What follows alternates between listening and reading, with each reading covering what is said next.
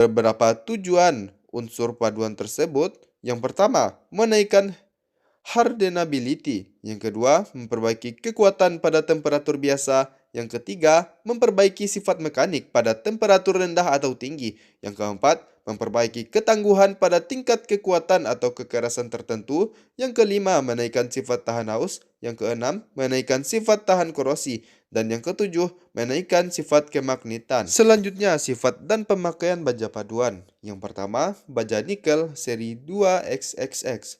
Nikel merupakan unsur paduan yang paling tua kelarutannya di dalam austenit dan ferit tinggi sekali.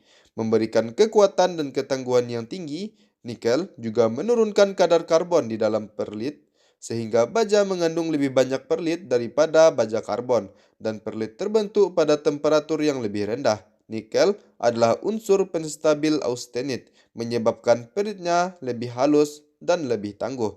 Baja nikel cocok digunakan sebagai baja konstruksi kekuatan tinggi yang dipakai pada kondisi asrolet atau benda tempa yang besar yang tidak dapat dikeraskan. Selanjutnya, baja krom seri 5XXX. Krom juga larut di dalam ferit dan austenit, terutama pada baja dengan kadar karbon rendah. Ini akan menaikkan kekuatan dan ketangguhan. Baja dengan kadar karbon dan krom rendah biasanya digunakan untuk decarburizing dengan krom lebih dari 5%. Sifat pada temperatur tinggi, sifat tahan korosi menjadi lebih baik. Dengan krom lebih dari 10%, sifat tahan korosi sangat baik. Selanjutnya, baja nikel krom seri 3XXX. Dalam baja ini, perbandingan antara nikel dengan krom 2,5:1 yang memberikan sifat baik dari kedua unsur paduan itu. Nikel memperbaiki keuletan dan ketangguhan dikombinasikan dengan naiknya hardenability dan sifat tahan haus yang diberikan oleh krom. Dengan kadar karbon rendah, baja ini banyak digunakan untuk decarburizing. Krom memberikan sifat tahan haus pada permukaan, sedangkan nikel memberikan ketangguhan pada bagian dalam. Selanjutnya, baja mangan seri 13XX. Mangan salah satu unsur paduan yang paling murah, selalu ada di dalam baja sebagai deoksidizer. Mangan mengurangi kecenderungan terjadinya hot shotness yang ditimbulkan belerang. Mangan mencegah terjadinya perkaratan yang membentuk autentik dengan besi yang menjadikannya baja dengan membentuk hal tersebut. Titik leburnya lebih tinggi, memungkinkan terjadinya retak pada saat pengerjaan temperatur tinggi. Selanjutnya, baja tungsten adalah salah satu baja paduan yang kuat, mempunyai pengaruh menaikkan hardenability yang kuat dan menghambat pelunakan marstensit pada saat tempering. Selanjutnya, baja vanadium. Vanadium, unsur paduan yang paling mahal, menghambat pertumbuhan butir dengan dapat menghasilkan suatu benda tuangan yang baik. Memiliki ketangguhan dan kekuatan tinggi, dipakai untuk poros dan pegas dengan karbon tinggi, kekerasan dan sifat tahan ausnya tinggi, dan dapat digunakan untuk bearing ataupun baja perkakas. Selanjutnya, logam-logam bukan besi. Baja karbon biasanya cukup memuaskan untuk digunakan bila persyaratan kekuatan, keuletan, dan lain-lain tidak terlalu tinggi. Baja karbon juga cukup baik untuk digunakan pada temperatur kamar dan pada kondisi lingkungan yang tidak terlalu korosif. Harganya pun relatif murah, tetapi dalam beberapa hal, baja karbon tidak memenuhi syarat yang dipergunakan. Baja karbon dapat mencapai kekuatan yang tinggi dengan menaikkan kadar karbonnya, tetapi ini sangat menurunkan keuletan dan ketangguhannya. Kekuatan akan sangat banyak berkurang bila bekerja pada temperatur yang agak tinggi. Pada temperatur rendah, ketangguhan menurun cukup drastis. Baja karbon mempunyai hardenability yang umumnya agak rendah, dan setelah pengerasan mudah menjadi lunak kembali bila mengalami pemanasan. Contoh-contoh logam bukan besi yang pertama adalah tembaga. Tembaga berwarna coklat keabu-abuan, mempunyai struktur kristal FCE sifatnya sangat baik untuk pengantar listrik, mampu panas, direct chill, dan dapat berbentuk plat-plat atau kawat. Rapat massa relatif dari tembaga 8,9 gram per cm kubik, titik leburnya 1070 sampai 1095 derajat Celcius, mempunyai sifat-sifat yang khas, lunak, kuat, konduktivitas panas dan listriknya sangat tinggi dengan kekuatan tarik 200 sampai 300 Newton per milimeter kuadrat. Penggunaan tembaga biasanya untuk konduktor listrik, untuk alat solder, untuk pipa spiral pendingin, untuk kerajinan tangan, untuk bahan dasar pembuatan kuningan, untuk bahan dasar pembuatan perunggu.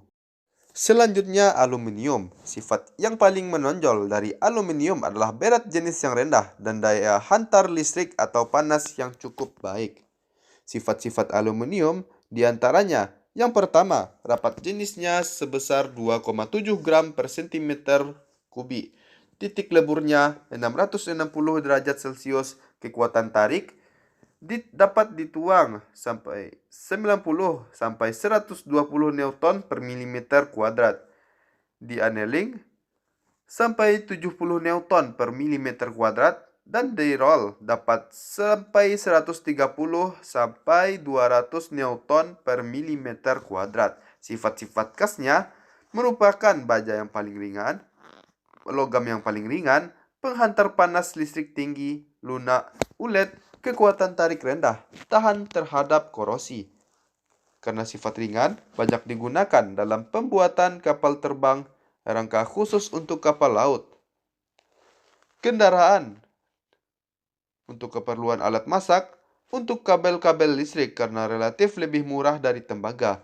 Aluminium tuang jika dikehendaki untuk konstruksi yang ringan dengan kekuatan yang tidak terlalu besar.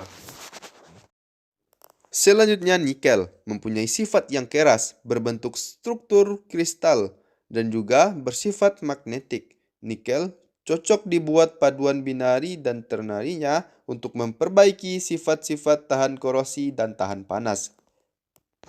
Sifat-sifat nikel diantaranya: yang pertama, rapat massa relatif 8,9 gram per cm kubik. Titik leburnya sampai 1458 derajat Celcius dengan kekuatan tarik yang dianil 400 sampai 500 Newton per milimeter kuadrat, dan di roll 700 sampai 800 Newton per milimeter kuadrat. Sifat khasnya kuat, liat, tahan korosi, dan cocok sebagai bahan paduan. Penggunaan nikel dipergunakan untuk pelapisan logam dan digunakan sebagai unsur paduan untuk menggantikan sifat-sifat mekanik logam.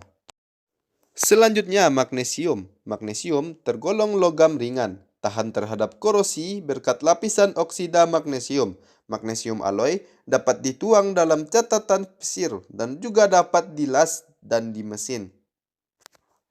Sifat magnesium diantaranya: rapat massa relatif sampai 1,74 gram per cm kubik.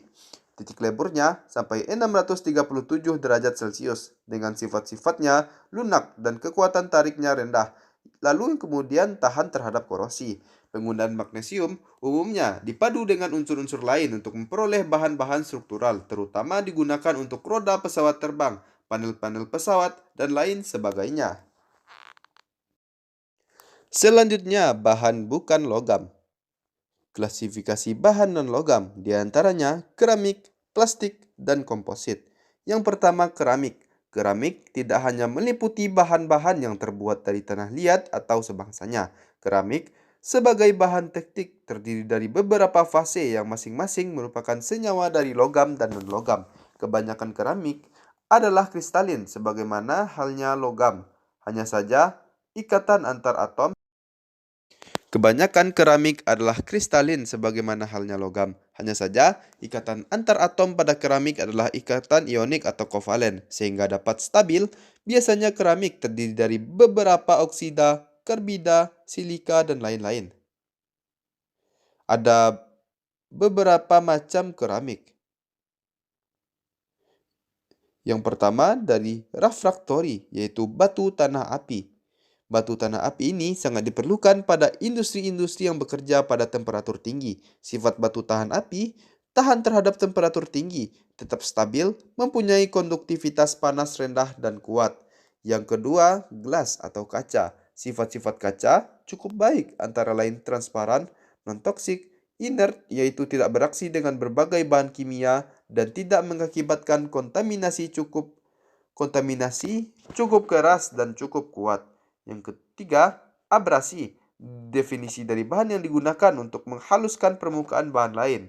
Dapat digunakan untuk membuat gerinda, kertas gosok, serbuk atau pasta paksing. Selanjutnya, semen merupakan semacam bahan perekat berupa serbuk yang bila dicampur dengan air menjadi pasta dan dibiarkan menjadi keras. Selanjutnya, plastik atau polimer. Plastik merupakan senyawa organik terdiri dari karbon, hidrogen, oksigen, dan nitrogen. Sifat-sifat khas dari plastik yang pertama ringan, berat jenis 11 sampai 16 gram per cm kubik. Penyekat panas arus listrik yang baik, surface finish yang baik dapat langsung dari cetakan, dapat diperoleh berbagai warna atau transparan, kekuatan lebih rendah dari logam, namun tidak cocok untuk temperatur tinggi dan stabilitas kurang baik pada kondisi basah. Plastik cocok digunakan untuk menerima beban yang rendah atau menengah, untuk konduktivitas panas yang rendah, untuk kotak wadah yang cukup ringan dan berwarna menarik dan mudah diproduksi. Plastik mempunyai ikatan polimer yang cukup kuat, tidak mudah terurai, yaitu plastik yang segera mengeras setelah mencapai temperatur pembentukannya dan selanjutnya tidak akan bisa menjadi lunak bila dipanaskan kembali. Jenis-jenis plastik dan karakteristiknya. Yang pertama ada silikon, memiliki sifat tahan panas, sifat dielektrik yang tinggi, dan menyerap kelembapan yang sangat rendah. Yang kedua ada akrilik termoplastik, mempunyai sifat yang transparan, cukup kuat, tahan impact, isolator listrik baik, mudah diberi warna, tahan terhadap berbagai bahan kimia. Akrilik yang paling transparan tapi mudah tergores.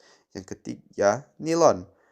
Tahan abrasi, ulet, kestabilan dimensi baik, harga cukup mahal, bentuk filamen, tali senar, benang, dan lain-lain, dan koefisien gerak rendah.